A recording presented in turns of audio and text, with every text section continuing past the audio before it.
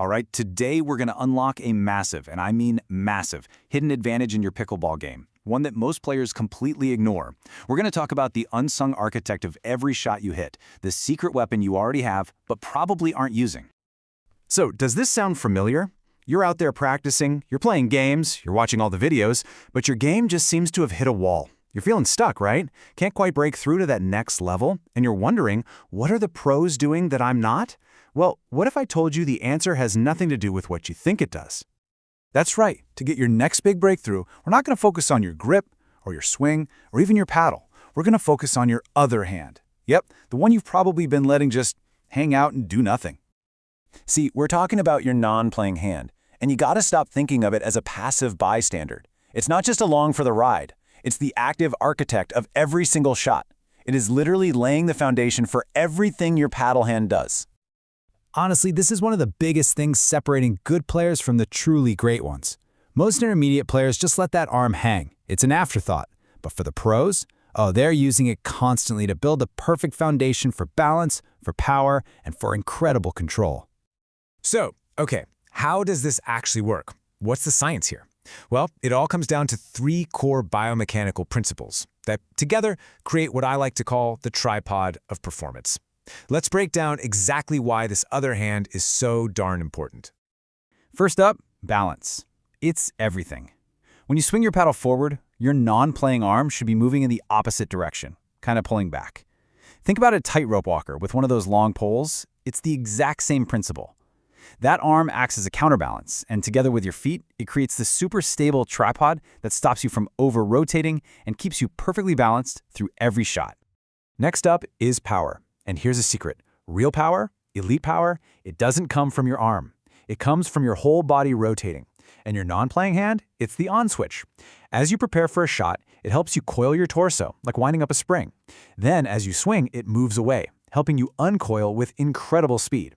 That's the kinetic chain in action, and your offhand is a crucial link. And finally, we have control. Your offhand is like a personal rangefinder. By pointing it at the incoming ball, you're literally giving your brain a second data point to triangulate its position. This helps you perfectly judge the distance so you can make contact way out in front of your body, which, as you know, is the key to hitting consistent, controlled, and accurate shots. Okay, that's the theory, right? But how does this actually apply when you're in the heat of a game? Let's get practical and break down exactly how you can use your non-playing hand to totally transform the most important shots in pickleball. Now, what's really fascinating is how the job of your offhand changes depending on the shot. For a one-handed backhand, it's that counterbalance we talked about, pulling back hard to whip your hitting shoulder through. But for a two-handed backhand, it does a complete 180. It becomes the main engine, basically turning into a forehand for your non-dominant side.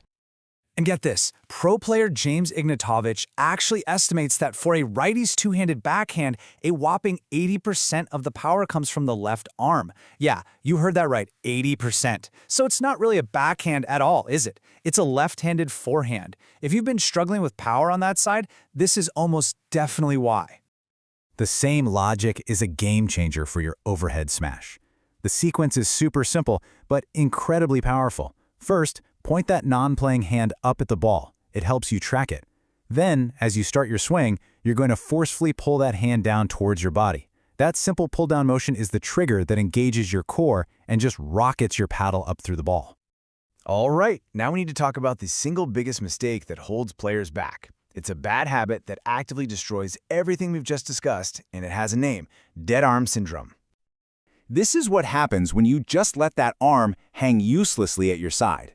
And look, this isn't a neutral act. You're not just missing out on an advantage, you are actively hurting your game. This happens because players think pickleball is just an arm activity, but it's not. It's a full-body rotational sport. The consequences are pretty severe. First, you lose a ton of power because you're forced to just arm the ball using small muscles. Second, you lose balance. That passive arm is just dead weight pulling you off your line. And third, you lose control. It's simple physics. An unstable body leads directly to an unstable paddle face and a whole bunch of unforced errors. So, the big question, how do we fix this? How do we take all this knowledge and actually make it part of our game?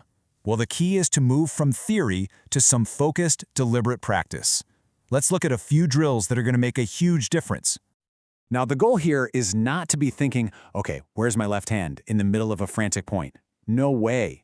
The goal is to drill these movements over and over until they're so deeply baked into your muscle memory that they become totally automatic, totally subconscious. That's when your mind is free to just focus on strategy. Here are 3 simple drills you can start with today. First, shadow swings. Just stand in front of a mirror and really feel your core coil and uncoil. Second, the pointing drill. When you're drilling with a partner, make a huge, exaggerated effort to point your offhand at every single incoming ball. And third, offhand wall volleys. Just hit against a wall with only your non-dominant hand to build up that strength for your two-handed backhand. So there you have it, the secret weapon you already have. Your non-playing hand isn't just along for the ride, it's the co-pilot for your entire game. It's the key to better balance, more power, and pinpoint control. So the real question is, what could your game possibly look like once you finally decide to unlock its other half?